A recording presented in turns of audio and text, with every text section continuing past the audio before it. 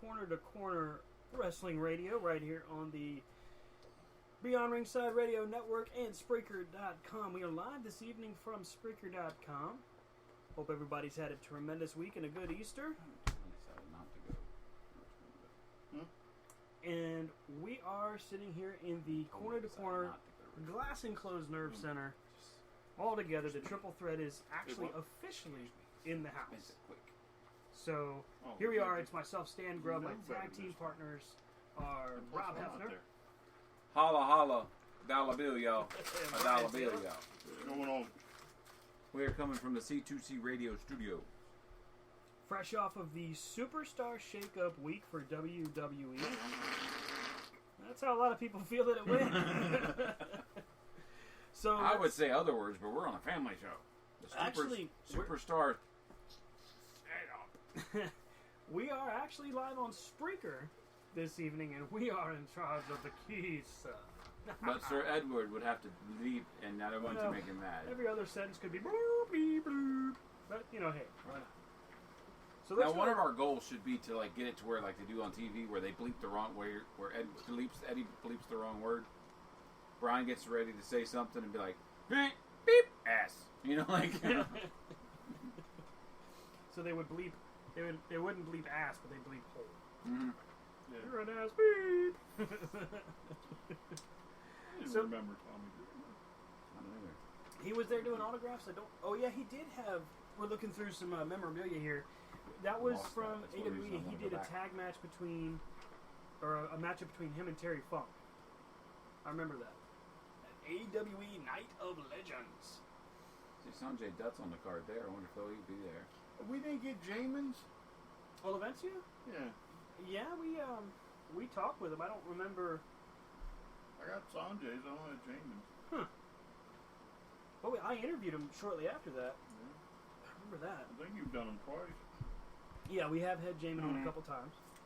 It'd be cool to get him back. Well, we should be seeing him in May at the event. So yeah, we'll have to take a card or two. I got like 3 years. So let's talk about the Superstar Shakeup, since that's the news of the week. Picture of him and Nikita. So WWE went through their Superstar Shakeup this past week with Monday Night Raw and SmackDown seemingly doing a trade-up or a redraft, but it wasn't a complete redraft of each roster. Raw ended up picking up about 10 to 15 men and women, and then of course you had SmackDown picking up, I want to say, about 10 to 11 men and women as well. All right. So let's start with Raw. They picked up that many? I would say the winner in the Superstar Shakeup, my opinion, the winner of the Superstar Shakeup would be Raw. Okay. So Raw, I mean, the only two that meant a whole lot, I guess 3, would be New Day, Charlotte, and Kevin Owens on SmackDown. No offense, Sami Zayn. But it's just like, it seemed to me like they gave like 90% of the roster the night off, both nights. Because the same people you saw on Monday, there's like a they should have called it Flashback Day, Flashback Week, or Retro Week, or whatever. You know how they do on Monday when Monday Night Raw would be the same show. Raw, yeah. You know, like Raw and back when they had the same show, Raw and SmackDown would be the same thing, just different winners. That's how it was. Oh look, Sami Zayn comes out, gets mad. Oh, here comes Jinder Mahal. Boo! Boo! There's a guy trying to make a name for himself, and in his overzealous behavior, clocks Finn Balor and gives him a concussion. Balor, by the way, just back off of being out for 6 months from a torn labrum. Now, in the grand scheme of things, who do you think the WWE is going to back? Well, I think that's why Jinder probably got traded. Yeah, that's why they sent him to SmackDown. Yeah, he was out well before he hit the mat. On his face. It wasn't good. Didn't look good for him. Yeah, I'll back. Needed to have a moment that Finn Balor was dominant, and they chose poorly with that because they didn't actually get that one handled the right way. Get the fuck out here. So, first in the WWE Raw Superstar Shakeup, their pick show, and we're just over here talking. is, I believe it was, who was first in the Shakeup? Apollo Crews, that's who it was. Found out midway through the day on Monday afternoon that he was going from SmackDown to Raw. All right. Does it benefit him? It can. It depends on how they structure his build-up. So Or if does he he's become another buried talent?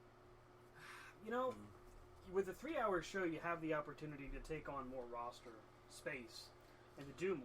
But here's the thing: if you would cut out the cruiserweights from Raw, there would be your spot to showcase your lower tier talent. And I'm not saying Apollo Crews is lower tier talent. I'm just saying at this moment, he's the lower tier. You know, the type that you come back from commercial and you're already in the ring. Right. You know, and that's kind of how I thought Charlotte was going to be gone, because when you came back from commercial, who was in the ring? Your 4-time women's champion. Yeah. You know? So, anyway, Apollo Crews, great pickup for him to be on Raw. They always call Raw the marquee show anyway, even though SmackDown's beating it in the ratings. And that's kind of the thing. I mean, SmackDown has been thumping Raw pretty much week in and week out since the brand split started last year. And now with what we're looking at with that, it seems like Raw is scrambling to pick up the pieces, and what they did was they basically pilfered SmackDown of a lot of top talent. I mean, let's look at how many people switched over. So, Dean Ambrose brings the Intercontinental title to Raw. Well, but could do without. He's not going to push the meter one way or the other. Listen to the crowd. So you don't think you have another Roman Reigns? Wow, with Dean Ambrose? He will get buried pretty quick. Huh. Just like Bray Wyatt. Then, of course, you've got women's wrestling from SmackDown coming over. You've got Alexa Bliss, Mickie James, and... That was it, wasn't it? Unless they announce somebody later. You know what? Maybe you're right.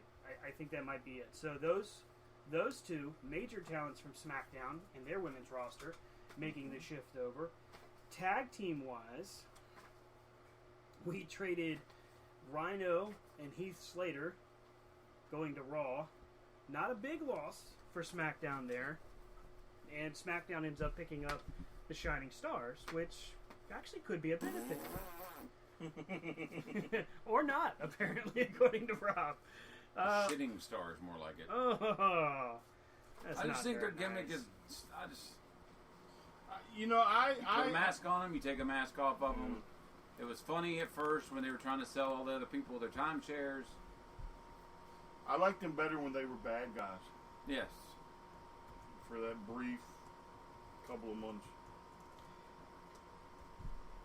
So then we get to one of the maneuvers that really pissed me off. Former WWE champion Bray Wyatt going from SmackDown to Raw. Because with the current build-up with SmackDown and Raw, SmackDown had room for Bray Wyatt to really thrive. Raw, while we may have good matches from what happens there, they won't help Bray Wyatt in the long run. Well, pump the brakes there, Meltzer. Who's to say he doesn't come out on top on the Universal title? Oh, okay. And go back to SmackDown with the big old swerve. And we all look like we just don't know what we're doing. Because here again, they finally built up the Wyatt family, and now they rip them apart again. Right. In one fell swoop. It's like, you know, I wonder if Eric Rowan's goes, what the hell did I come back for? You know, like, I spent all this money on this creepy looking mask. I get it and I don't get it. I mean, The Miz goes from SmackDown to Raw, which isn't necessarily bad, but I don't know that he's going to benefit from being on Raw, unless they take the attitude like they did with him on SmackDown and let him tear into one of the top guys just to get him started on a hot roll. Who's he going to tear into? That's the thing. I mean, you're not going to have him go over Roman Reigns right now because Reigns is with Braun Strowman By the way, highlight of Monday Night Raw was Braun Strowman murdering Roman Reigns. Now, here's the thing. From beginning to end, that segment was great. I had to point it out to my kids because my kids were watching it with me. Did they get upset? And Anna, my daughter, was just staring at the TV like when they pushed the stretcher off the loading dock. But if you look back, when they go back to Roman Reigns, the stretcher's facing the other direction. Right. Yeah, he wasn't on it to go off. Right. Because I think you can even see it when he pushes. Like, as it goes off, you can tell nobody's on it. Because, again, you're right. There was somebody on it. There was somebody on it, but it wasn't like it was a dummy or something. But like it was facing the opposite way, and then it was like. Then he pushes over the ambulance. I mean, it really went back to like how Bret Hart and Steve Austin's feud was. Like every time you thought that Austin was done attacking Bret, he would just run in and start beating him up. They'd have him strapped down to the stretcher, and he'd just start hitting him again. It really reminded me a lot of that. I wonder if the ambulance company wishes they had parked a small little van ambulance and let them done that to that instead of the big old boxy ambulance. Well, I'd be curious to know if he actually did it. That's the thing. You like couldn't if see it was the front completely and back. empty. Yeah. If it didn't weigh all that much. Or if Mark Henry's on the side lifting it casually for him. Did you see the braces? I saw him pop off when it finally went over. There were two braces on the tire on the opposite side that fell off. Yeah. So I don't know if it was bracing it to where it wasn't pushing, and then he could just. Yeah. Or there was help, Hollywood magic, because I mean, it's WWE has spent more on less. It's probably if he gets it up to a certain point, it'll help it go right on over. Yeah. But so here's the complete list of who went to Raw: Miz and Maurice, Dean Ambrose, Bray Wyatt, Alexa Bliss, Mickie James, Apollo Crews, Kalisto, Heath Slater and Rhino, Kurt Hawkins, and then a call-up from NXT, Elias Sampson. Main event-wise, it hurt SmackDown, but otherwise, not really. I mean, you didn't get hurt with losing Kurt Hawkins or Rhino or Slater. I don't think it hurt them. I don't think Kurt Hawkins should count as a pick. Well, I don't think y'all thought most of them should count as a pick. Well, I mean, it really was. I mean, they traded Kurt Hawkins for Jinder Mahal, and they got you have the potential to have another tag team on Raw with the Lucha Dragons. Nope, just kidding. Because on Tuesday, Sin Cara goes to SmackDown. Really, SmackDown on the next night. Full disclosure, Rob and I were not happy Monday night at the end of Raw. We felt like SmackDown got raped. It was bad. So then we get to SmackDown. We get to Tuesday night, and then Tuesday becomes almost glorious, in my opinion. Kevin Owens, Charlotte Flair, The New Day, Rusev, Lana, Sami Zayn, and Tamina Snuka. Then, of course, you got the Shining Stars, Sin Cara, and Jinder Mahal. All of those people can benefit from the move to SmackDown. Kevin Owens obviously can go to the main event.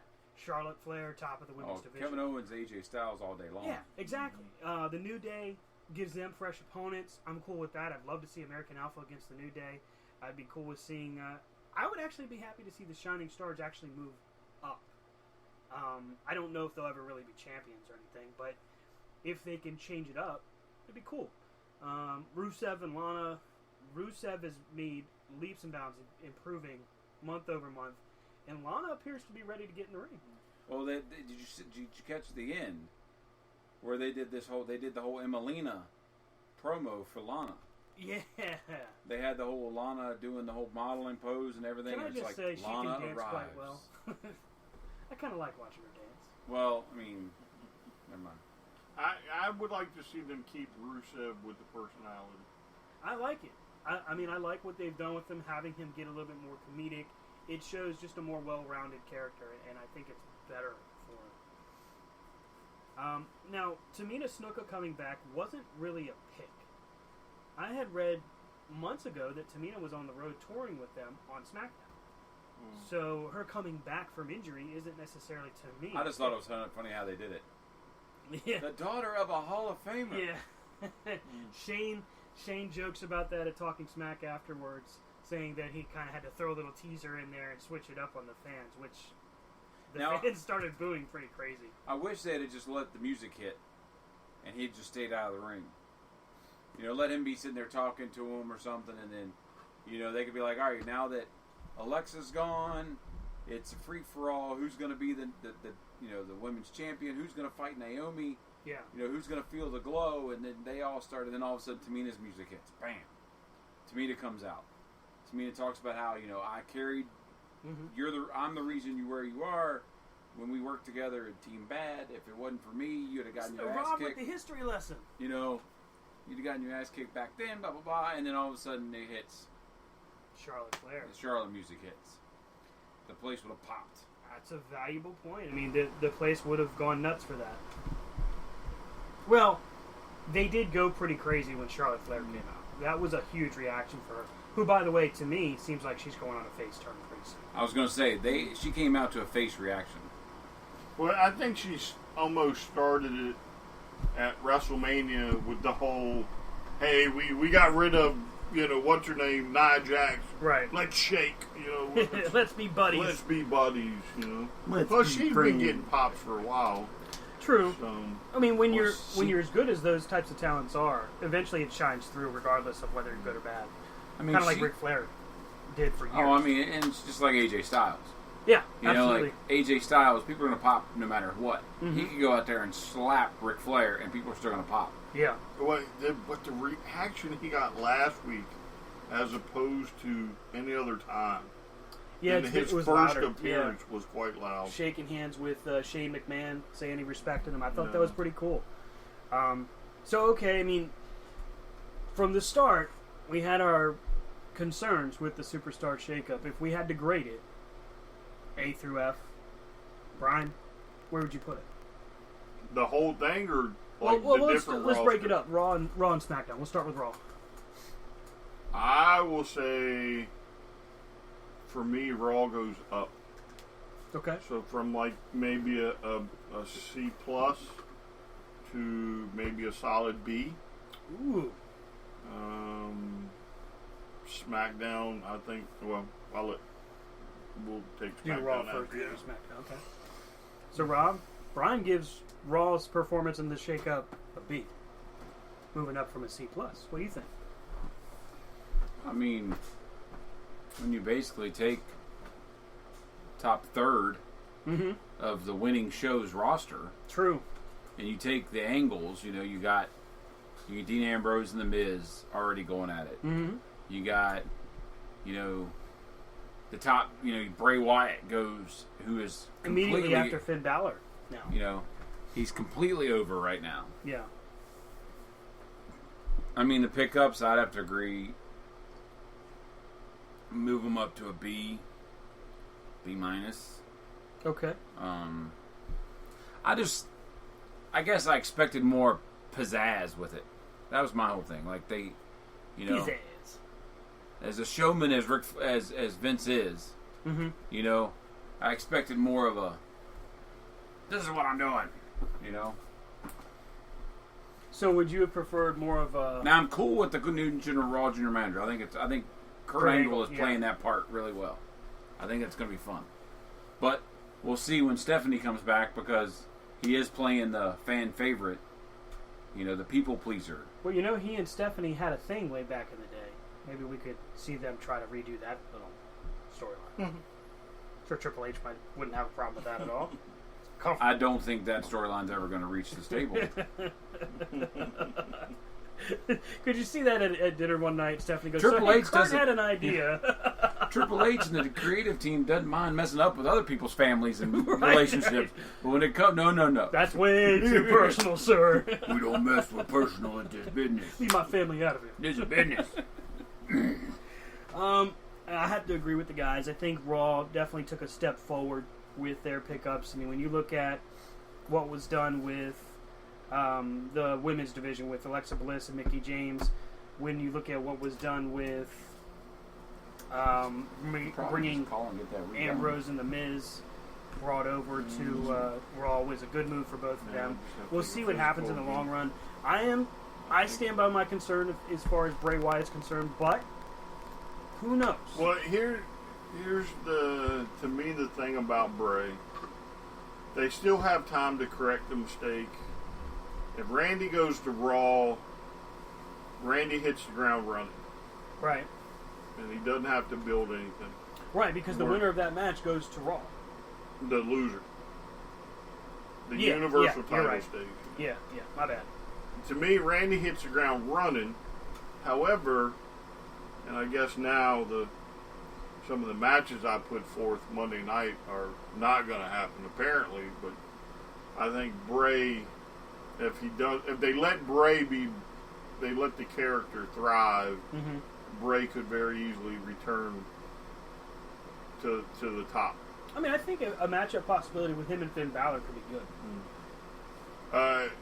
Yeah, I mean, his biggest competition is going to be Roman Reigns. True.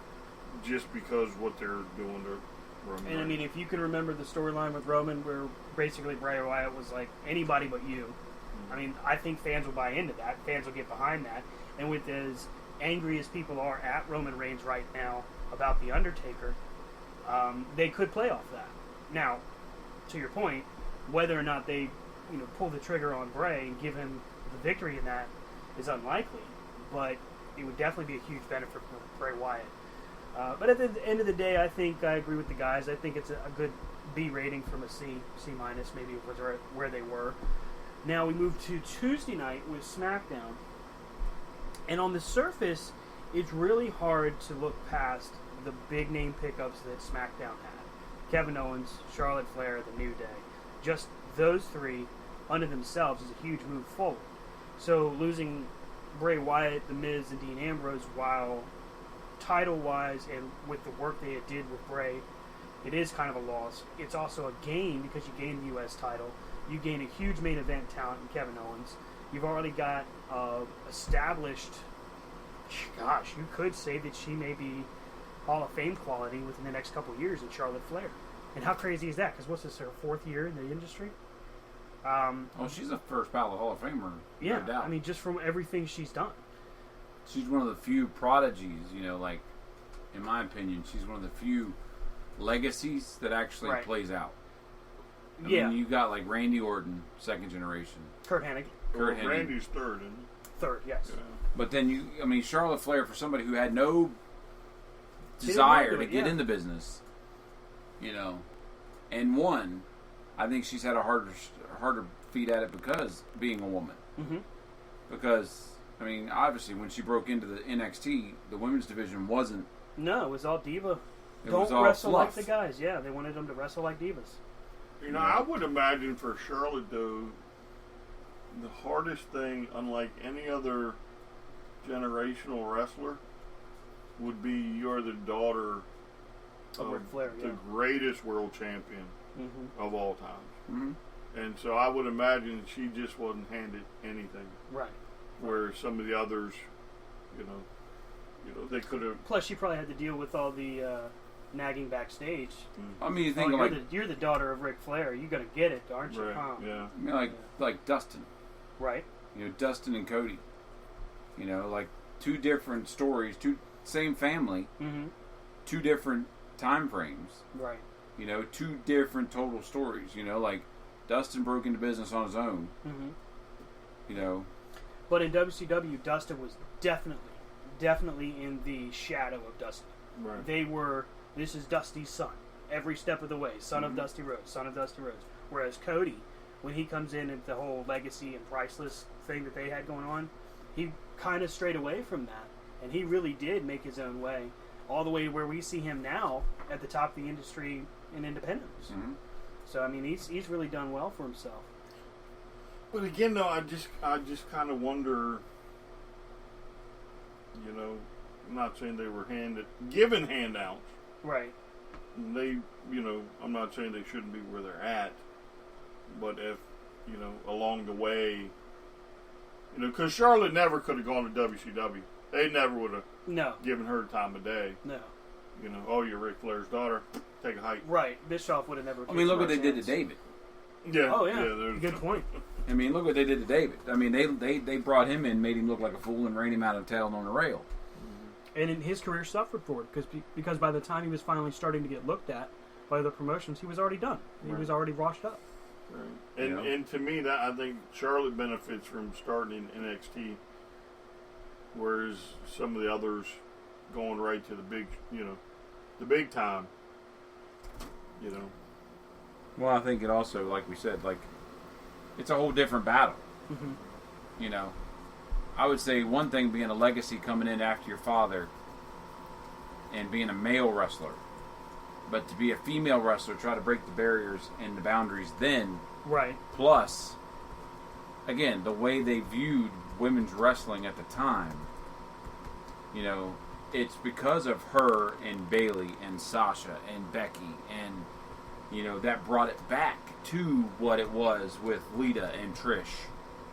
You know, when they would get in and go toe-to-toe. Instead of the Snoochie Boochies and all those, you know. Snoochie Boochies.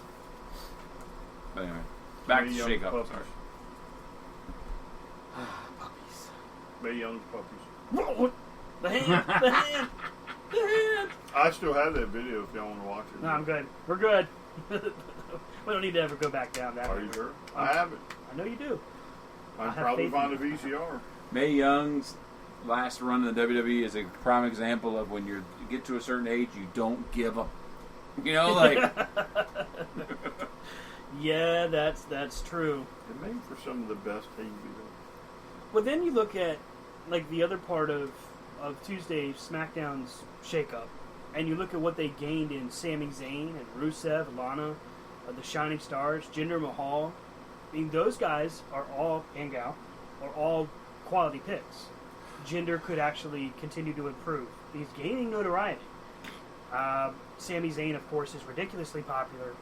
You've got a main event guy there. I think somehow you've got to get the world title somehow, whatever their big title is going to be. Is it going to be the world title? Is it going to be the Universal title on SmackDown now? Right. Whatever they're going to have, you got to get those guys figured out. Because when you got Kevin Owens and AJ Styles, who could be your two top-tier talent, yep. who are the two top-tier talent in the company, fighting after the second-tier title, mm-hmm. when you have people like Sami Zayn now there, and you could put Sami Zayn against anybody on the roster. Right. You know. It is kind of weird that it's for the U.S. title instead of being in the WWE title race. You know, it's because you put it on Brock Lesnar. Well, you now have a part-timer with a title. Well, you got Brock at the Universal title, so now Raw's going to be tied up with, I guess, the Intercontinental title. And then with Randy Orton having the WWE title on SmackDown, is it a detriment to have Randy Orton as champion again at that point because he doesn't have any, they're not focusing on him? I mean, he really didn't do anything except to continue his feud, which now seems kind of silly. Because now SmackDown has a match on the Raw exclusive pay-per-view.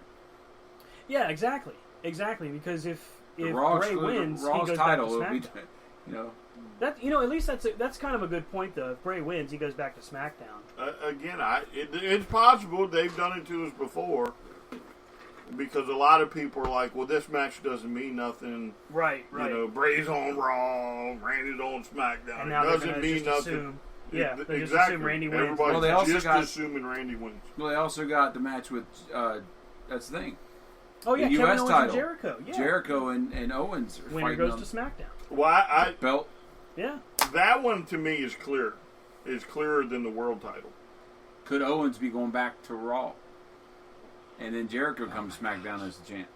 The only thing is with that is Jericho's almost done, isn't he? Yeah. Again, that's where well, of course they did that when they picked Del Rio, and then he was fired a few weeks later. Whoops. To me, that match is more clear. I think Owens is clearly going to win because of the dynamics he'll bring to SmackDown.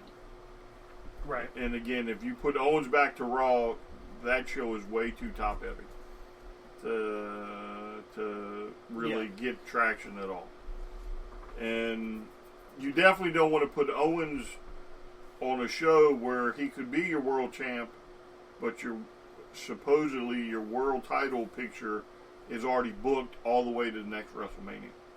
Right. With Roman Reigns and Brock Lesnar. I still can't believe they're trying to go with that. But again, that's why Reigns or not Cancel Reigns. my prescription. Owens is on SmackDown.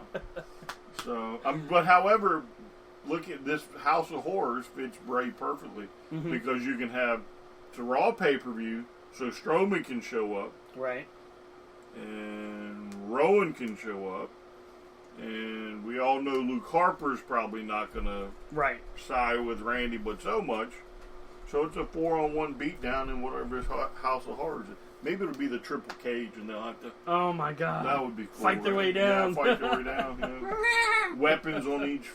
I want it to be like the WCW Chamber of Horrors match, where they have the electric chair in there. No, maybe that's what it'll be. Maybe it'll just be a bunch of mirrors. Who knows? Yeah. Maybe forgot an R. Maybe it's the House of Horrors match. I don't know. House of Horrors. Dude, the Godfather and his hoes gonna be up in there. It's a House of Horrors. It's the WWE locker room from the 80s. Oh.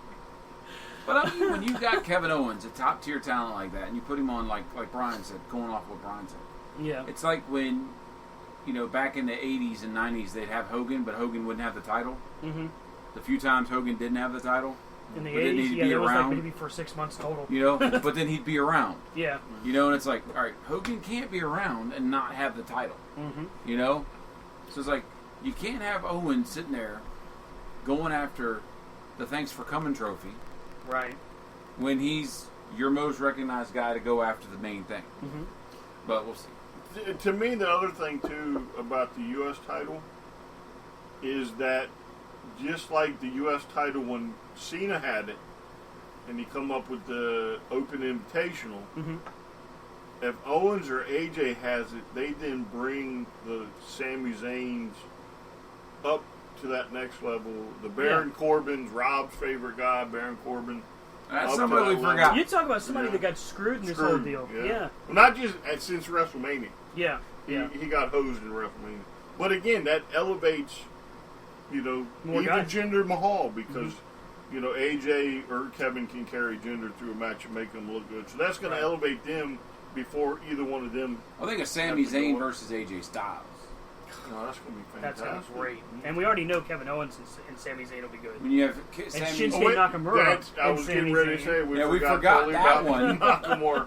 Because wasn't Zayn and Nakamura one of their top matches for last year? Yep. I mean, come on. The SmackDown after WrestleMania, Miz is out there.